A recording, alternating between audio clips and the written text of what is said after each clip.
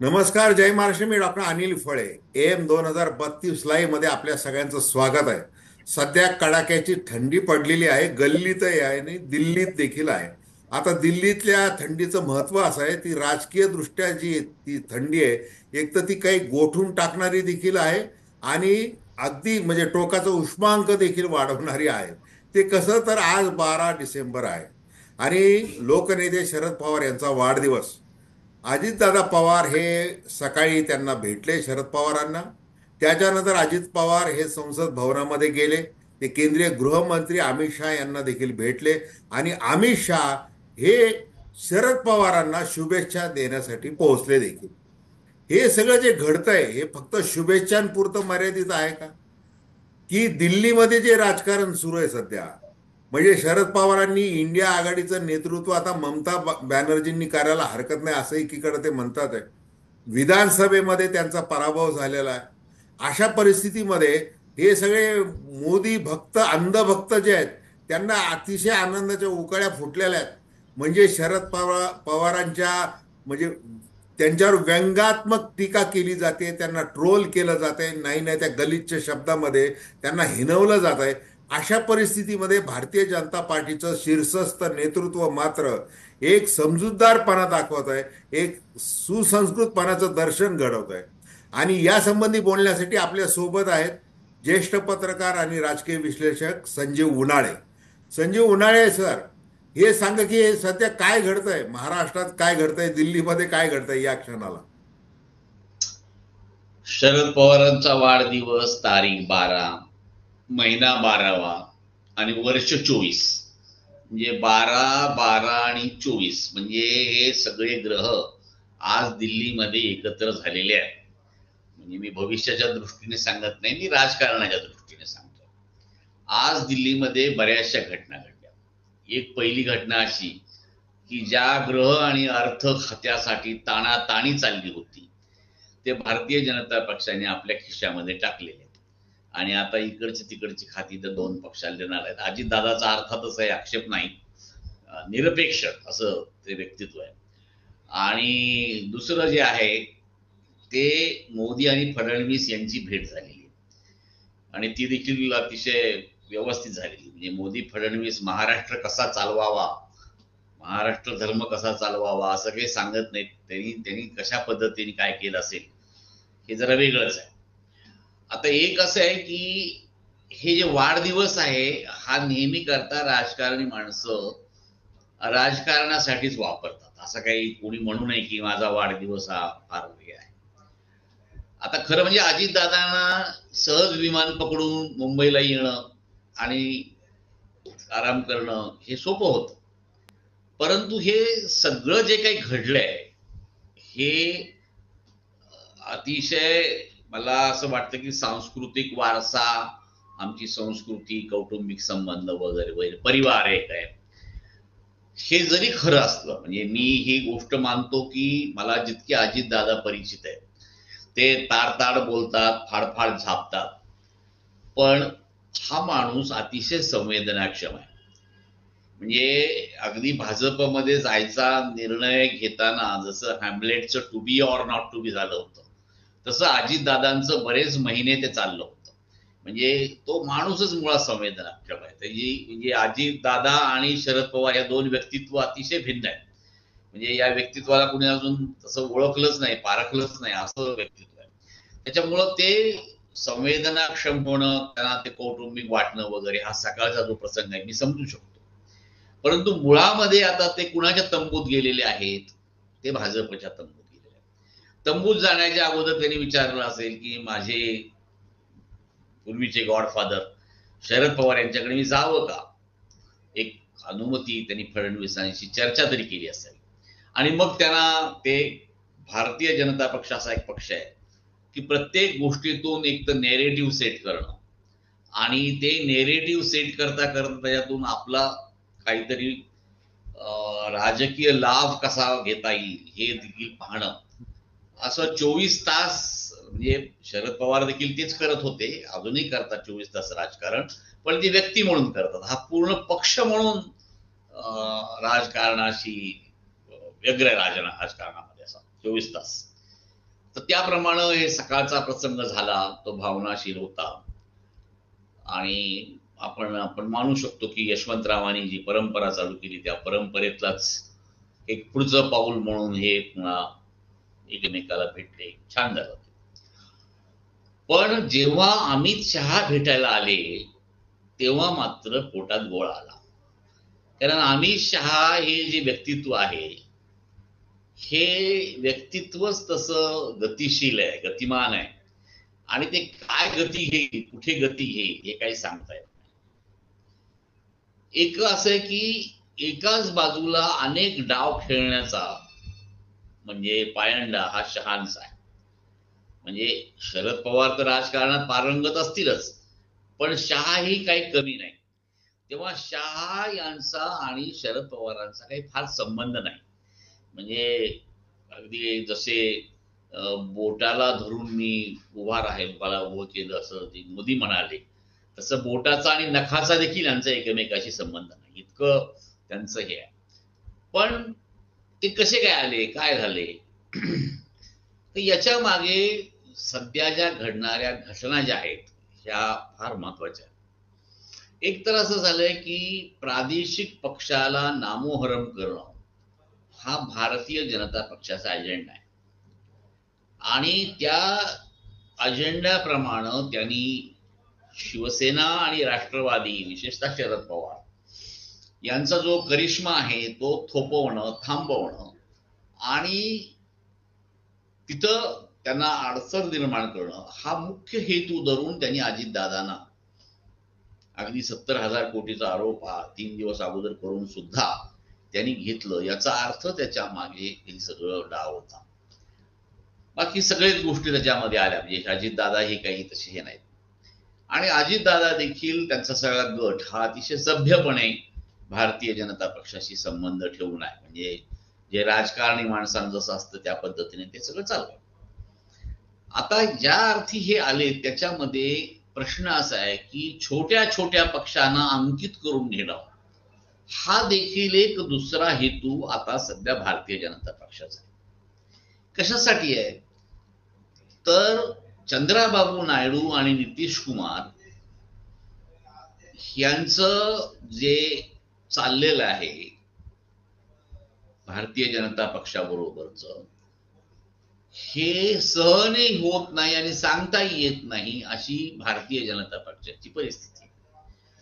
या अडचणीतून सुटणं आणि ज्या पद्धतीने राहुल गांधी सध्या एक डॉमिनंट लोकसभा आणि राज्यसभेमध्ये झालेत, म्हणजे काल अक्षरशः त्या उपराष्ट्रपतीवर देखील तुम्ही भारतीय जनता पक्षाचेच प्रतिनिधी आहेत अशा पद्धतीचा आरोप करणं, अशा पद्धतीची आक्रमक अशी भूमिका त्यांनी जी घेतली आहे, त्याला काबूत कसं आणणं, ही दोन मोठी आव्हानं भारतीय जनता पक्षासमोर. आणि ही आव्हानं पेलण्यासाठी आव्हानं आपल्यासमोर यायला म्हणजे झाडावर कावळा बसायला आणि फांदी तुटायला एकच जसं वेळ येते, त्यामध्ये झाडाची स्थिती, वाऱ्याची गती, दगड मारणाऱ्याची मती याची सगळ्यांची एक मेळ झालेला असतो. आणि ही सगळी सहमती झाल्यामुळे महाराष्ट्र आज आपल्या ताब्यात आलेला आहे. महाराष्ट्रात आपण काहीही करू शकतो अशा प्रकारचा एक आत्मविश्वास आता भारतीय जनता पक्षाला वाटतोय आणि तो महत्वाचा आहे. त्याच्यात पुन्हा बांगलादेशाचं जे काही सगळं गारुड निर्माण झालेलं आहे हे देखील अजून ऍडिशनल सध्या भारतीय जनता पक्षासाठी. तर हे सगळं लक्षात घेता एक लक्षात घ्या की उभाटाचे आता आलेत किती, 9, आणि राष्ट्रवादीचे किती आहेत, 8. हे छोटे जे पक्ष आहेत याच्यामध्ये 2/3 खासदार इकडं आले तर काहीच आक्षेप नाही. नाही आले तर निवडणूक घेऊ. निवडणुकीमध्ये तर आता पारंगतच आहेत आपण, होऊन जाऊ द्या. तर त्या पद्धतीनं कशाही परिस्थितीमध्ये हे खासदार म्हणजे इतके उत्सुक आहेत जाण्यासाठी की त्याचं तुम्हाला काय सांगावं. म्हणजे एका सरपंचाची हत्या झाली. कुठं झाली? जिथं आपण नेहमी पोहे खातो त्या मसाजोगमध्ये. त्या मसाजोगमध्ये त्या देशमुखांची हत्या झाली तर आमचे बजरंग सोनवणे बीडचे खासदार कुठे भेटायला गेले? थेट अमित शहाला भेटायला गेले. मला सांगा, एका सरपंचाच्या हत्येसाठी थेट केंद्रीय गृहमंत्र्याची भेट होते. हे काय म्हणजे चकित करण्यासारखं आहे. तर अशा पद्धतीने त्यांना बाळा मामा काहीतरी म्हात्रे म्हणून जे आहेत ते ताबडतोब अजितदादांना भेटले. अशा भेटीगाठी आता ज्या घडल्या ह्या काही अशा ऍक्सिडेंटल नाही. हे इतकं ज्या अर्थी एंटरटेन केलं जातं. उदाहरणार्थ आता 7 जे खासदार आहेत शिवसेनेचे, त्यांना अशी उपलब्धी झाली की आपला विकास हा मागे पडलेला आहे आणि आता आपण कसल्याही परिस्थितीमध्ये पुन्हा निवडून येऊ की नाही याची चिंता आहे. आणि म्हणून how to cultivate there constituencies हे प्रश्न असल्यामुळे त्यांच्यासाठी चतुर्वेदी मॅडम त्यांना घेऊन निघाला मुख्य मोदींच्या भेटीला. हे अशा भेटीघाटी ज्या काय अशा आश्चर्यजनक, म्हणजे खरं म्हणजे इतका राग यायला पाहिजे की अक्षरशः म्हणजे त्यांचा तिरस्कार करायला पाहिजे या पक्षाचा, पण त्यांच्या भेटीगाठी वाढल्या. तर याचा अर्थ असा आहे की कुठेतरी पाणी मुरतंय. आणि हे जे आहे पाणी मुरतंय होतंय काय नाही, एक तर तुम्हाला आम्ही अनुमतीने सांगू की द्या आम्हाला परवानगी, हा आमच्यात सामील, नाही झाला सामील तर आम्ही असं सामील करू.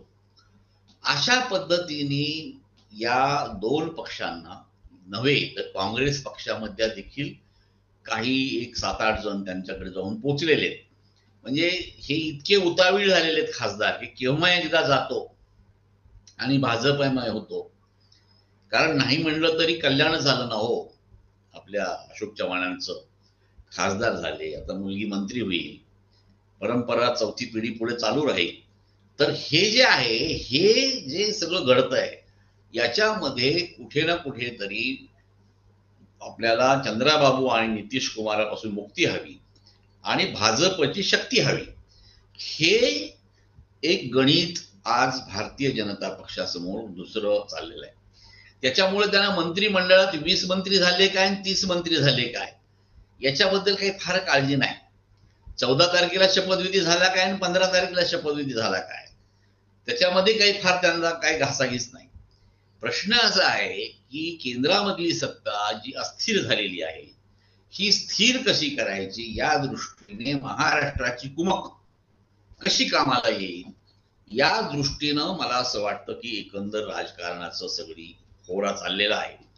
आणि हे सगळं लक्षात घेता आज शरद पवारांचा वाढदिवस न भूतो न भविष्यती अशा पद्धतीने चांगला झालेला आहे. शरद पवार देखील अर्थात म्हणजे कच्चे खिलाडी नाही, त्यांच्या डोक्यामध्ये देखील हे सगळं आल्याशिवाय राहणार नाही. आता शरद पवारांच्या पुढचे प्रश्न असा आहे की वैचारिक त्यांचा जो काँग्रेसचा बाणा आहे, इंडिया ब्लॉक बरोबर त्यांचे जे संबंध आहेत हे संबंध अबाधित ठेवायचे आणि आपला विरोधी बाणा कायम ठेवायचा का यांच्याबरोबर जुळवून घ्यायचं, हे मला असं वाटतं की त्यांच्या पुढचा प्रश्न असेल कदाचित. पण एक गोष्ट अशी आहे की आयुष्याच्या सरतेशेवटी शरद पवार आपल्या विचाराशी कॉम्प्रोमाइज करतील असं मला त्यांच्या सगळ्या आतापर्यंतच्या अनुभवावरून वाटतंय की ते कॉम्प्रोमाइज करतील असं वाटत नाही. ते आपला बाणा कायम ठेवतील आणि जो ताणावाणा होईल त्या पद्धतीने ते त्याच्याशी तोंड देण्याचा प्रयत्न करतील असं सध्याचं प्राथमिक माझं मत आहे. अर्थात ते शरद पवार आहेत असं म्हणतात, परंतु ह्या सगळ्या राजकारणामागे अमित शहा यांना केवळ शुभेच्छा द्यायच्या होत्या एवढं कारण मला काही योग्य वाटत नाही. ह्या शुभेच्छाच्या मागे काय काय दडलंय हे मला असं वाटतं की पॅरलल ज्या घटना घडतात, समांतर ज्या घटना घडतात, ह्या समांतर घटना घडताना हे आपल्याला दिसत आहे. याच्यामध्ये 2 प्रश्न आहेत. एक प्रश्न असा आहे की शरद पवार हे व्यक्तित्व भारतीय जनता पक्ष चांगलं ओळखून आहे, म्हणजे अजब असं रसायन आहे. आज वयाच्या 85 वर्षात ते पोचलेले आहेत, परंतु सगळ्या गोष्टी ऍडव्हर्स असताना देखील ज्या पद्धतीने ते लढले निवडणुकीमध्ये, की असं वाटत होतं की आढाव्यामध्ये की 50-60 तरी जागा ते घेतील, आणि तशी परिस्थिती होती.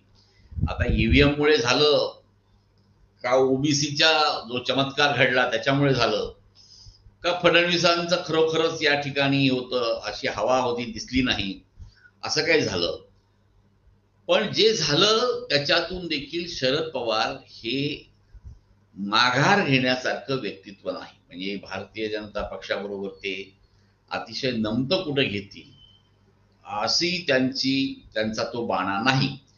त्यामुळं, आणि विशेषतः या स्टेजमध्ये सध्याच्या, ते करतील असं वाटत नाही, आणि करतील तर तो ते आश्चर्य घडेल. परंतु महाराष्ट्र हा सध्या एका वेगळ्या ट्रान्झिशन मधून चाललेला आहे, एका संक्रमणावस्थेतून चाललेला आहे, ही गोष्ट मात्र खरी. कारण कसं झालेलं आहे की विरोधी पक्ष कसा बसा 50 पर्यंत सुद्धा पोहोचलेला नाही. आज बघा, या पक्षाला आम्हाला विरोधी पक्ष नेतेपद देता का हो असं म्हणण्याची वेळ आली. खरं म्हणजे आपल्यासारख्याला असं वाटतं कशाला मागायचं विरोधी पक्ष नेतेपद, द्यायचं असेल तर द्या, नाही तर राहू द्या. पण आज ही अवस्था या 3 पक्षावर, या आघाडीवर आलेली आहे. दुसरं असं की ही आघाडी राहील की नाही याच्याबद्दल ही मनात शंका आहे. म्हणजे मला तर असं वाटतं की ही आघाडी येणारी एखादी निवडणूक आली की विसर्जित होऊन जाईल. कारण एकंदरच सगळं प्रकरण पाहता आज प्रत्येक पक्ष हा वेगवेगळा बाणा राबवत आहे. मुंबईमध्ये शिवसेना स्वतःच निवडणूक लढवण्याची तयारी करत आहे. काँग्रेस पक्ष अजून देखील दूषणं देतोय, आणि काँग्रेस पक्ष तुम्हाला माहिती की नेहमीप्रमाणे जसं आपण सांगितलं की नाही नाही आम्ही आमच्या एकटेच निवडणूक लढवणार, तसं मला वाटतं की काही दिवसांत उद्धव ठाकरे देखील सांगतील की नाही नाही आम्ही एकटेच निवडणूक लढवणार. आणि शरद पवार तर स्वतंत्रच आहे, त्याच्यामुळे तो मुद्दा नाही. त्यामुळे ही महाआघाडी तरी राहील की नाही इतपत शंका यावी, आज अशी परिस्थिती निर्माण झालेली आहे. म्हणजे 100% असं वाटतं की ही केव्हा तरी विसर्जित होईल. ती विसर्जित केव्हा होईल एवढं फक्त आता पाहायचं राहिलेलं आहे. तेव्हा एकंदर या सध्या परिस्थितीमध्ये, या ट्रान्झिशन मध्ये, एकंदर ही जी खासदार मंडळी जी उतावीळ झालेली आहे त्यांना चुचकारण्याचं काम भारतीय जनता पक्षाकडून सध्या चालू आहे. आणि केन प्रकारे ही शक्ती आपल्याकडे कशी ओढता येईल या पद्धतीचा प्रयत्न ते करतील, आणि काही करटली देखील करतील. म्हणजे समजा काँग्रेस पक्षातले काही लोक त्यांच्याकडे येत असतील तर त्यांना घेण्यासाठी परत निवडणुका सुद्धा लावायला मागे पुढे पाहणार नाही, कारण आता त्यांना कॉन्फिडन्स आलाय परत निवडणूक आपण लढवू शकतो. तेव्हा ही जी परिस्थिती आहे ही आघाडीसाठी चिंताजनक आहे, विरोधी पक्षासाठी चिंताजनक आहे, महाराष्ट्रासाठी तर चिंताजनकच आहे. म्हणजे चिंता केली तर चिंता करणार, तशी चिंता करण्याची गोष्ट नाही, कारण एक पक्षीय राजवट आता आपल्याकडे सुरू झालेलीच आहे. फक्त किती ताणायचं आणि किती त्याला सोफिस्टिकेटेड पद्धतीने करायचं एवढाच फरक तो राहिलेला आहे.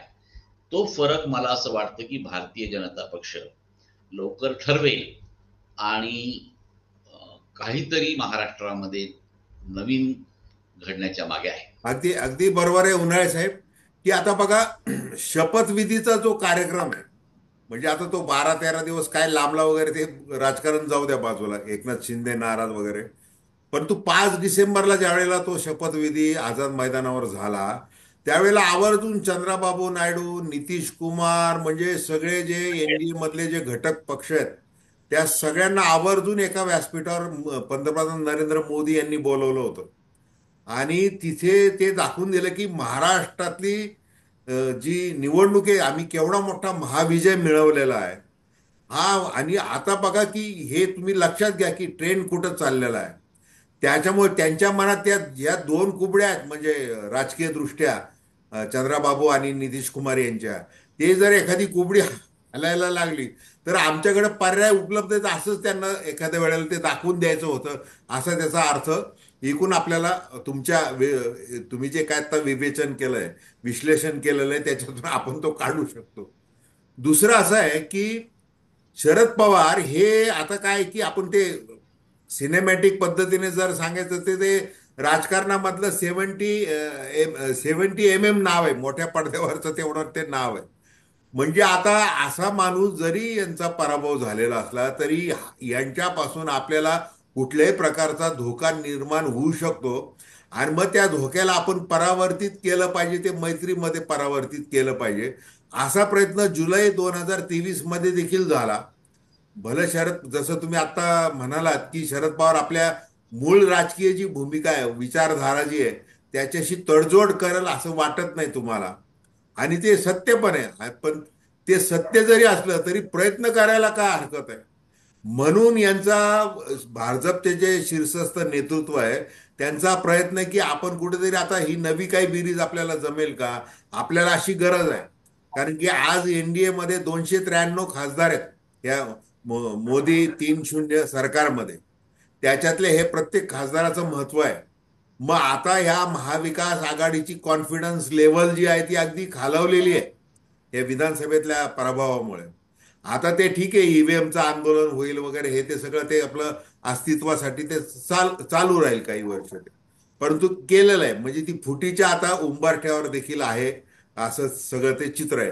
अशा परिस्थितीमध्ये हे खासदार जे आहेत ते आपल्या गळाला लागू शकतात. म्हणजे इतका स्कोप त्यांना त्या राजकारणामध्ये दिसतोय. आणि मग शरद पवारांपुरतं जर बोलायचं की आता त्यांना पुढे राज्यसभेवर खासदार व्हायचंय पुन्हा, किंवा त्यांना अजून काय राष्ट्रपती करता येईल का, किंवा काय जे आश्वासन देता येईल, उपराष्ट्रपती करता येईल का, काय करता येईल त्यांना, असं काय आम्हीच म्हणजे त्यांना तसं काय ऑफर दिली जाण्याची शक्यता आहे. अर्थात ते पुढं काय होतं ते हे बघूयात ते. परंतु शरद पवार यांचं जे राजकीय महत्व आहे ते दुर्लक्षित करून चालणार नाही, हे जे मोदी आणि शहा यांना अतिशय चांगल्या प्रकारे कळतं. आणि त्यांना पद्मविभूषण म्हणजे ही जी काय अगदी भारत रत्न नंतर जी काय मोठा पुरस्कार आहे, राष्ट्रीय पुरस्कार, तो देऊन त्यांचा गौरव केलेला आहे शरद पवारांचा. म्हणजे ते महत्व त्यांना माहिती आहे की ही ही व्यक्ती काय म्हणजे कुठल्या मुशीत तयार झालेली आहे. अगदी ज्या वेळेला शरद पवारांचा अमृत महोत्सव होता 75वा, ते वर्ष वाढदिवसाचं, म्हणजे सोनिया गांधी, मनमोहन सिंग हे तर होतेच, त्याच्यामध्ये मोदी शाह हे देखील व्यासपीठावर होते. म्हणजे इतका त्यांचा सन्मान तो केला गेलेला आहे. आणि जर सर्वसामान्य माणसाने विचार केला, म्हणजे अगदी ते शरद पवारांना जे जे मी सुरुवातीला म्हणलं की ते ट्रोल ज्या पद्धतीने घाणेरड्या पद्धतीने करतात आहे, त्यांनी जरी काही भाबडेपणाने या राजकारणाकडे पाहिलं तर राजकारण कोणत्या क्षणाला कोणत्या वळणावर जाईल हे काही सांगता येत नाही. म्हणजे आता अमित आणि शहा आणि यांची जी मैत्री आहे. त्या दृष्टीने एक गोष्ट आज अशी घडलेली आहे हा. की शरद पवारांनी अखिल भारतीय मराठी साहित्य संमेलनाचं स्वागताध्यक्ष म्हणून पंतप्रधान मोदींना निमंत्रित केलेलं आहे. बर. हा. हे सुद्धा काही म्हणजे कमी नाही. वा. तेव्हा मला असं वाटतं की आजच्या सगळ्या घटनांमध्ये म्हणजे ही घटना करता येण्यासारखी नाहीये. म्हणजे काय योगायोग असतात बघा. लोकसभा निवडणुकी पूर्वी आणि ही अजित पवार फुटल्यानंतर ची जे लोकमान्य टिळक पुरस्कार पुण्यामध्ये दिला गेला होता, तर ती पुरस्कार समिती होती. त्यांनी नरेंद्र मोदी यांना तुम्ही या व्यासपीठावर आमंत्रित करा आणि त्यांना हे पुरस्कार स्वीकारण्यास भाग पाडा, अशी गळ कुणाला घातली होती, ती शरद पवारांना घातली होती. आणि शरद पवारांनी व्यासपीठावर येऊन ते सिद्ध केलं होतं की ते भाषणच त्यांनी तिथं केलं की माझ्यावर ही जबाबदारी दिली होती की तुम्ही पंतप्रधानांना हा पुरस्कार स्वीकारायला सांगा आणि त्यांना पुण्यामध्ये यायला सांगा. तर मी माझं काम केलेलं आहे असं ते म्हटलेलं आहे. तुम्ही आता हे नवीन सांगितलं की आता ते घातलेलं आहे सगळं, ते साहित्य संमेलन, त्याच्यामध्ये मोदी येतील. आणि काय नेमकं या दिग्गज नेत्यांमध्ये घडतंय आणि कधी बिघडतंय, आणि सर्वसामान्य माणसं किंवा ज्यांना राजकारण हे काय पडद्याआड काय चालतंय याचा ताकास्तूर लागत नाही, अशांसाठी हे सगळे धक्के बसले जातात आहे. बरं, दुसरं मला उन्हाळे सर तुम्हाला जाता जाता एक प्रश्न असा विचारायचा आहे. हे विचारसरणी किंवा राजकारणामधली जी आयडियॉलॉजी म्हणजे हिंदुत्व, धर्मनिरपेक्षता, सेक्युलर, याच्यावर भारताचं राजकारण सगळं गल्ली ते दिल्ली फिरलं पाहिजेत. लोकशाही जिवंत असण्यासाठी ते अत्यावश्यक आहे. परंतु तुम्ही जे काही वारंवार सांगितलेलं आहे, या चॅनलवर सांगितलेलं आहे, आत्ता देखील तुम्ही सांगितलेलं आहे की एक पक्षीय हुकुमशाही, म्हणजे पाशवी बहुमत मिळतंय, राक्षसी बहुमत मिळतंय, आणि तुम्ही आत्ता सांगता की वेळ पडली तर पोटनिवडणुका घेतील, लोटस ऑपरेशन करतील, काय करायचं ते करतील. परंतु ते मोदी एनडीए सरकार जे आहे ते बहुमतामध्ये, म्हणजे आपल्या ताब्यात घेण्यासाठी काय केलं जाणार आहे अजून? म्हणजे हे आयडियोलॉजीचं काय होऊ शकतं? म्हणजे काय तुमचं मत आहे त्याच्याबद्दल? नाही, आता कसं आहे माहिती का, भारतीय जनता पक्षाची आयडिओलॉजी ही अतिशय स्पष्ट आहे. म्हणजे ती काही लपून छपून वगैरे असे काही नाही. त्यांनी त्यांच्या पद्धतीनेच मोदींनी निर्णय घेतलेले आहेत. आणि मोदींनी जे सगळे काश्मीर पासूनचे 371(2) पासून 3 तलाक पासून ते प्रभू रामचंद्राचं मंदिर बांधणं, हे सगळे अजेंडा त्यांनी पूर्ण केलेले आहेत, पूर्ण करत आणलेले आहेत. म्हणजे तसं काही त्यांनी कमतरता ठेवली नाही. त्यांचा सेक्युलर विश्वास नाही, ते सिडो सेक्युलरिझम असं त्याला म्हणतात. आता तर सध्या तर काँग्रेसवाल्यांना ते सरळ सरळ अर्बन नक्षलाइटच म्हणतात. म्हणजे आता हे देशद्रोही म्हणायचं थोडंसं अगोदरची स्टेप थोडीशी राहिलेली ती. तर ते हे जे सगळं आहे हे राजकारण मला वाटतं त्यांनी नेरेटिव्ह सेट करत करत आणलंय. एखादं नेरेटिव्ह सेट करणं म्हणजे गोबेल्स नीतीप्रमाणे एखादं म्हणणं परत परत सांगून ते लोकांच्या मनावर प्रतिबिंबित करून ते पक्क करणं, हे कथानक त्यांनी मला असं वाटतं की बऱ्यापैकी सेट करत आणलेलं आहे. आणि त्याच्यामध्ये भारतीय जनता पक्ष हा यशस्वी ठरलेला आहे. आता प्रश्न असा आहे की जी या भारताच्या म्हणजे संविधानाची मूळ घटना आहे, या घटनेशी हे सुसंगत आहे का विसंगत आहे याचा विचार लोकांनी करायचा का नाही करायचा, असा प्रश्न आहे. तो विचार करणारी माणसं किती आहेत हा देखील एक प्रश्न आहे. त्याच्यामुळं सध्याचं कारण काही त्याचा विचार करण्याचं नाही. सध्या त्यांना प्रॅक्टिकल पॉलिटिक्स हे महत्वाचं आहे. तेव्हा केंद्रामध्ये स्थिर होणं, याच्यासाठी जे जे काही मदत करावी लागेल, जे जे काही सोर्सेस असतील त्याचा ते विचार करणार. त्यांना हाताशी आलं तर हे करणार. आणि महाराष्ट्राचं जे सरकार आहे हे एक हाती फडणवीसांच्याकडून म्हणजे भाजपच्याकडून हे व्यवस्थित राबवलं जाईल. त्याच्यामध्ये उदारमतवादी दृष्टिकोन ते ठेवतील का, तर मला असं वाटतं की तो दृष्टिकोन त्यांना ठेवावा लागेल. कारण महाराष्ट्र हे राज्य त्यांना गुजरात सारखं किंवा पश्चिम बंगाल सारखं हाताळता येणार नाही. त्यांना ते हाताळताना उदारमतवादी दृष्टिकोन थोडासा ठेवावा लागेल. आणि हा उदारमतवादी दृष्टिकोन ठेवत ठेवत ते करतील. ज्या पद्धतीनं त्यांनी फडणवीसांनी ओबीसीचं नेरेटिव्ह सेट केलं व्यवस्थित, ते विणत विणत विणत त्यांनी पद्धतशीर त्यांना आकार दिला. आता मला असं वाटतं की या पद्धतीत सुद्धा ते बऱ्यापैकी सक्सेसफुल राहतील. कारण सध्या त्यांचा डाव त्यांचा चालू आहे, डाव त्यांच्या बाजूने आहे. आता याच्यामध्ये वैयक्तिक किती महत्व द्यायचं का नाही द्यायचं, हे शरद पवार किंवा त्या, आता हे कसं हे व्यक्ती म्हणून महत्व आलं का, पक्ष म्हणून त्यांचं अस्तित्व तसं काही राहिलेलं नाही.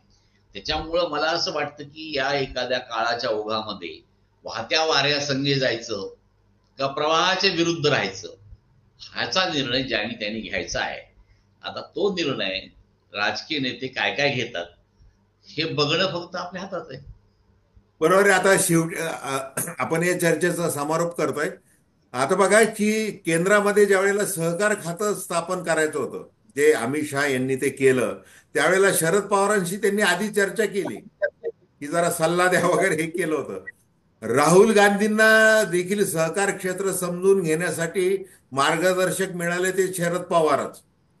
म्हणजे कुणी असो, शरद पवार हे त्यांचे मित्र होतात, त्यांना सल्लागार बनतात. ते कुठल्याही रोलमध्ये ताबडतोब, म्हणजे त्यांची तशी लवचिकता आहे त्यांच्या व्यक्तिमत्वामध्ये, ती चांगल्या प्रकारे ते जोपासतात.